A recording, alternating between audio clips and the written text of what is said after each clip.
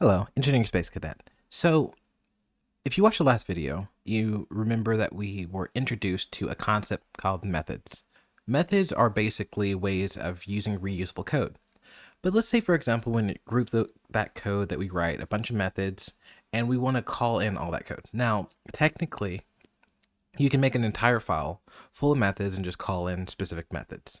That is totally fine, and it is kind of expected sometimes. However, when it comes to object-oriented programming, or OOP, there are concepts called classes. And these classes are ways to make a object, which is just some way we say we're creating some kind of class or something.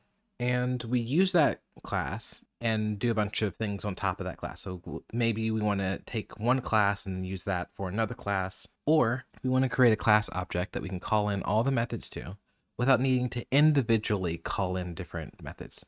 So let's say, for example, we're going to pull from the previous methods, and we're going to use the methods that are coming from the previous course. So we have our add, subtract, multiply, divide, stuff like that. And we have a couple of these methods that we've already written in a previous one. I'm going to add some more methods here just so we can use them for whatever reason we want to.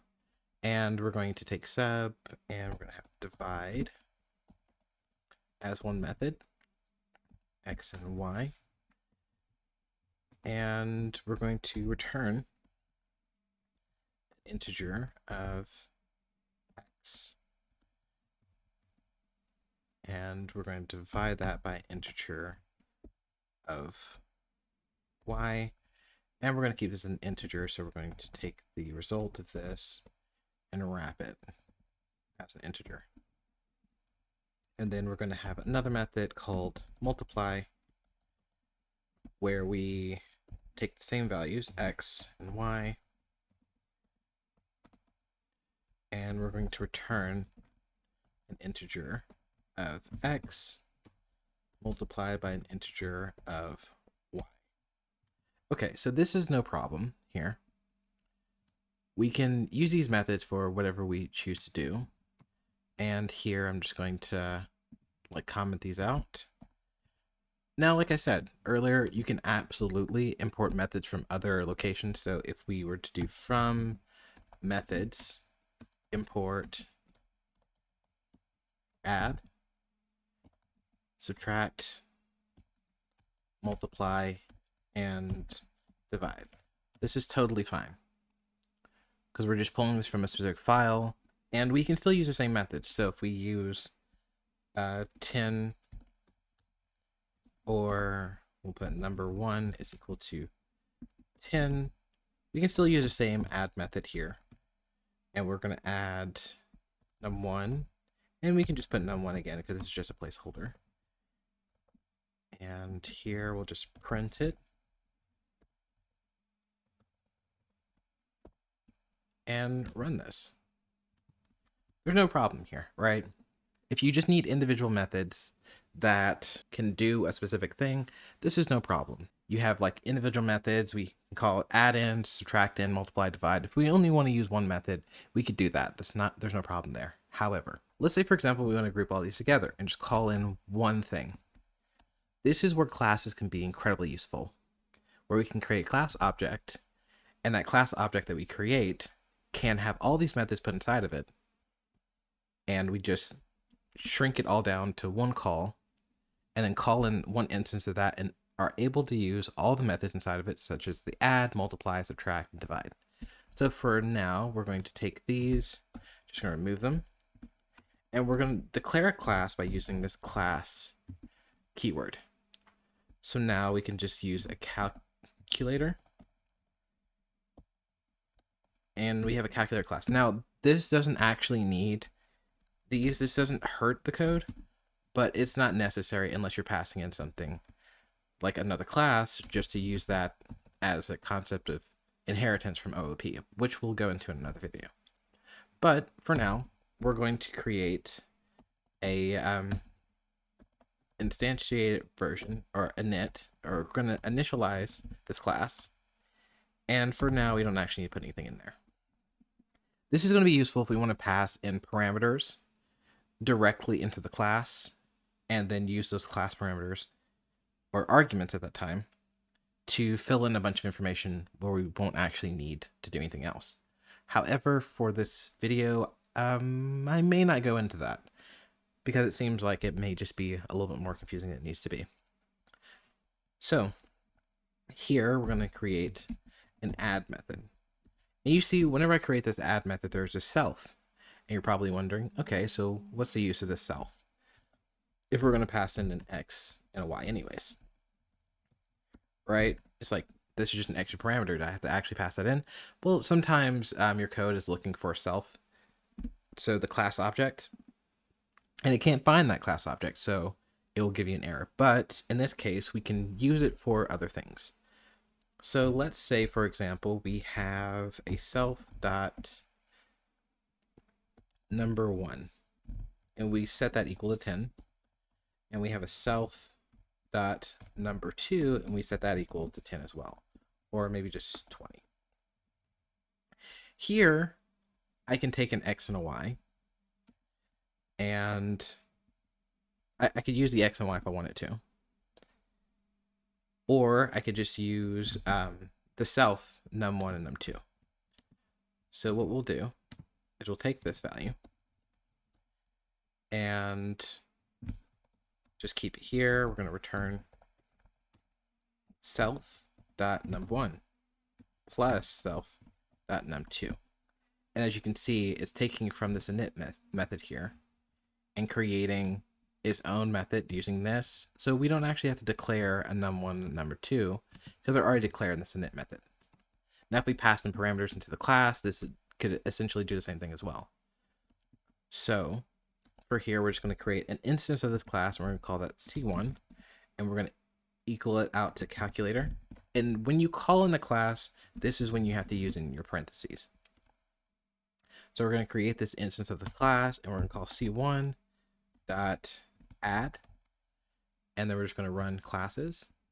And as you see right here, it's not actually returning anything because this return doesn't print out anything. It just returns the result of num1 plus num2. So that's when we're going to print out the result from this add method, and you can see that it returns 30. Now if we take these values and I change it to something like 40 plus 20, you should see this come out as 60. See, nothing too complicated. Now you can see I only called in calculator as a instance or this one declaration of a calculator.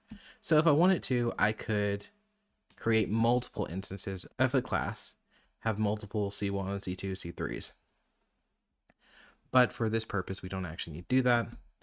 And if we wanted to kind of get a little bit more fancy, let's say, for example, we want to pass in directly num1 and also pass in directly num2.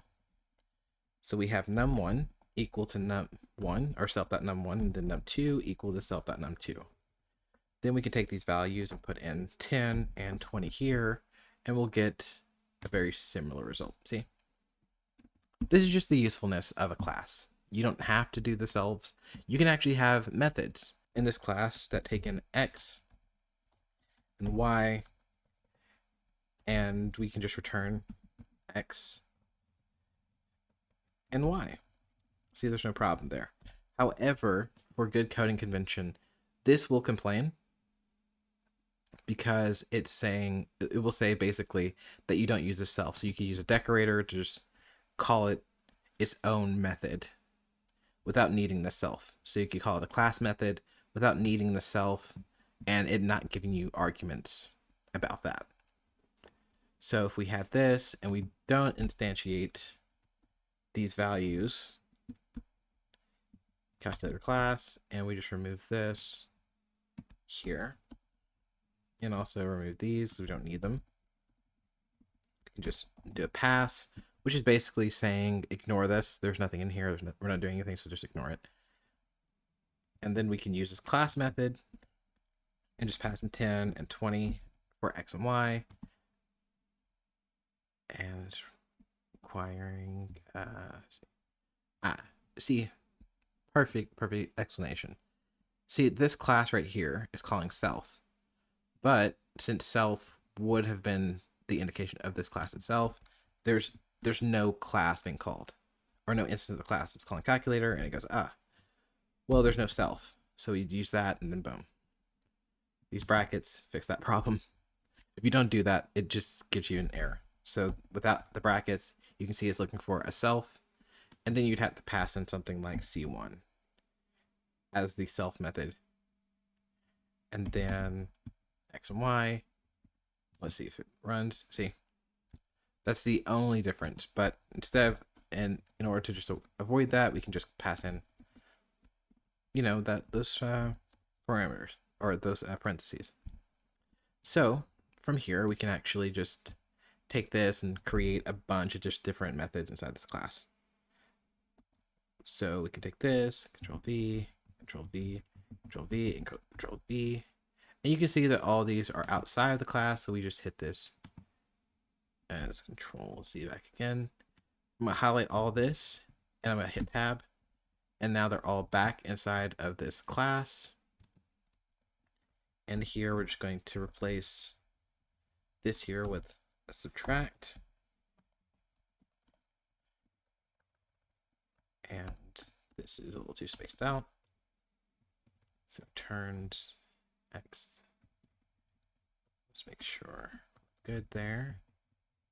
X minus Y. Subtract. Indentations are super important in Python. So if you do not indent them correctly, you end up having line errors like this. So we're going to take this, indent it correctly, just to get rid of all these problems that you're seeing right now. Subtract, multiply, and then also divide. So we're going to have these, subtract, asterisk, and then here. Now for this, it should give us access to all of the class methods. So print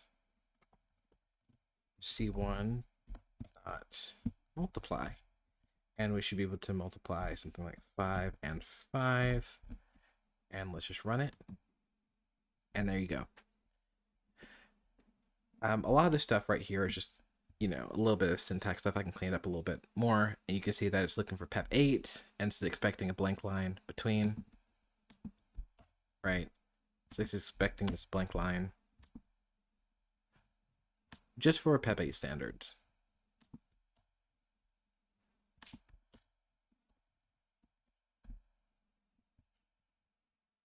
And it says that this one may be static because it doesn't actually use this self here.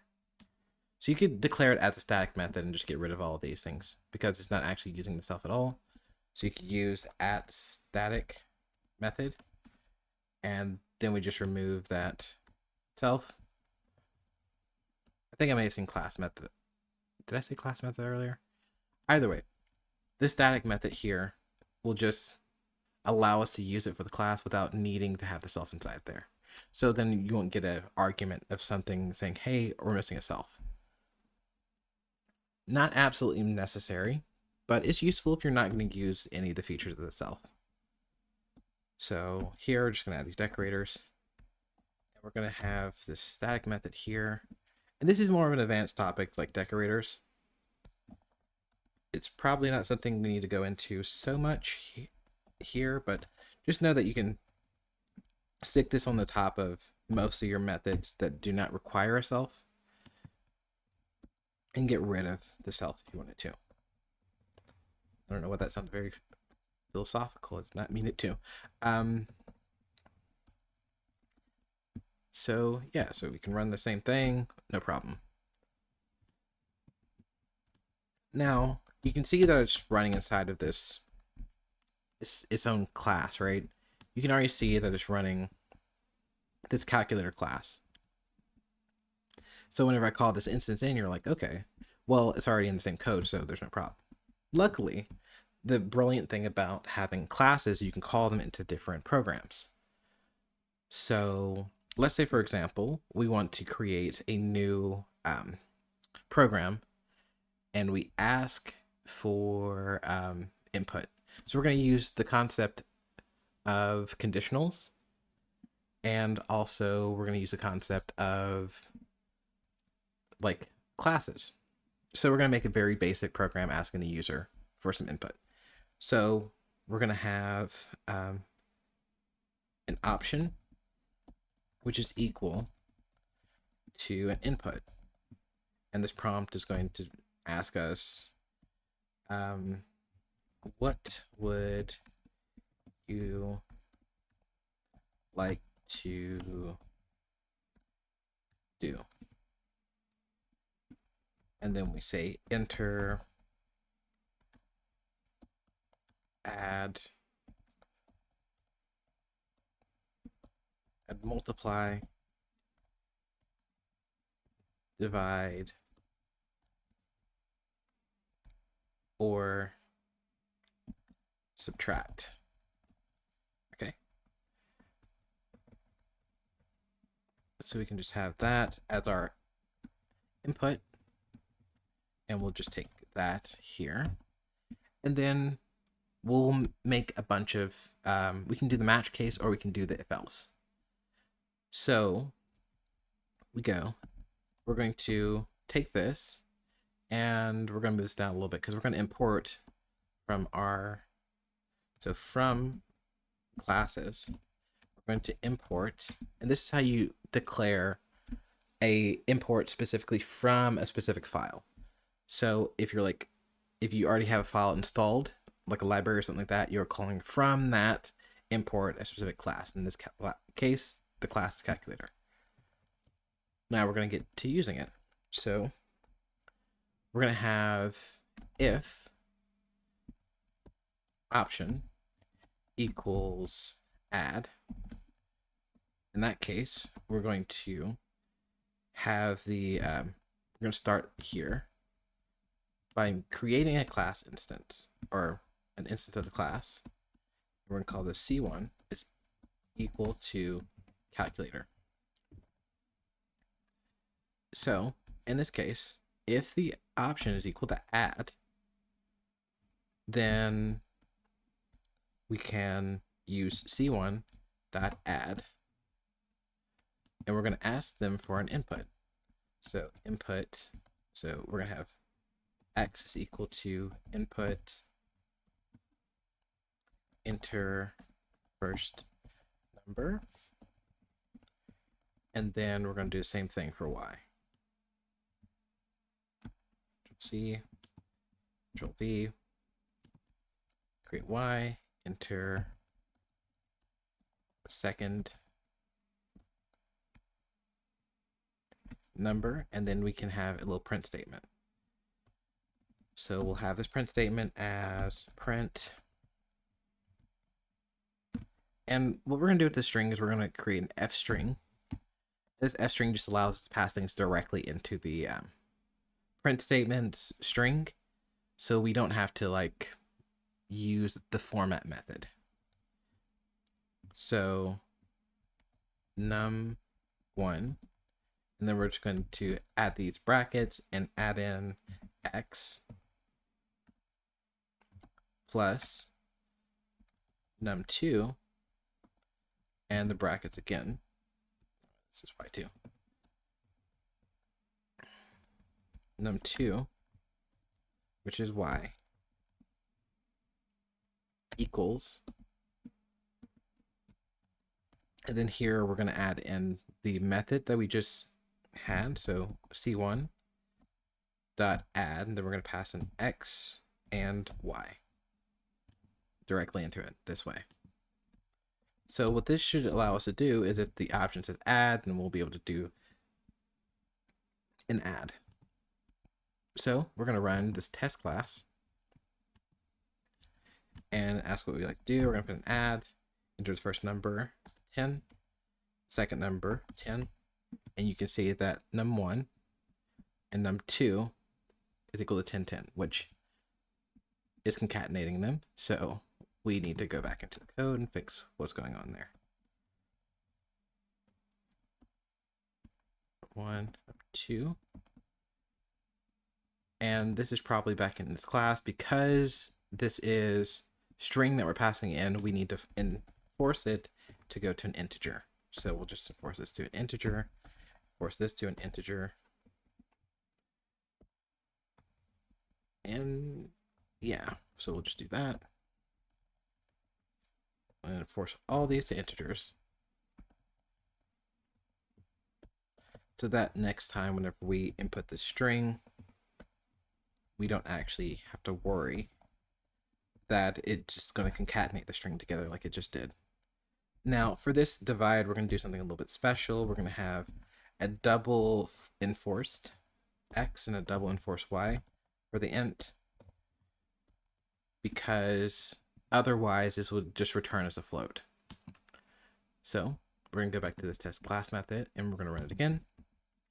And we're going to put in add first number 10, second number 10, and num 10, and then num 2, which is 10, returns out 20. We could do it again, add 20 and 30. And you can see that's one way we can use it to kind of write a bunch of methods. Now, we can kind of expand this out using this if statement, Control C, or Control V, Control V, and we can just have this as subtract, this one as multiply, and this one as divide.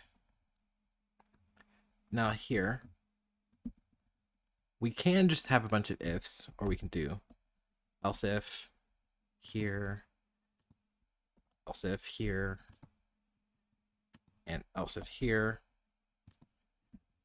And then we can have a final one, which is else. And we're not going to do exceptions right now, so we're just going to print something instead. We're going to print not a valid option. Then we're just going to replace all of these with the correct method here. Multiply, and the correct method for this right here, which should be divide. And then we'll just go back up here. Here should be an asterisk, and this right here should be an subtraction symbol. And then we have a function code, so we can ask it, what would you like to do? Enter add, multiply, or divide. We can do multiply.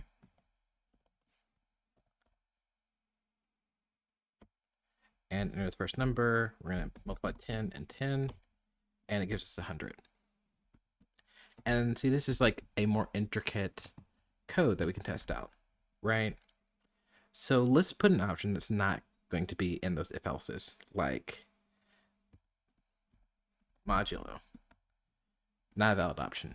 So this introduced the concept of using classes to kind of shorten up your code. It gives you options, inputs, and conditionals all put together to kind of create some new code. I hope this was very informative. In the next video, we'll probably go into some more in-depth concepts, maybe some more in-depth code or building a project out.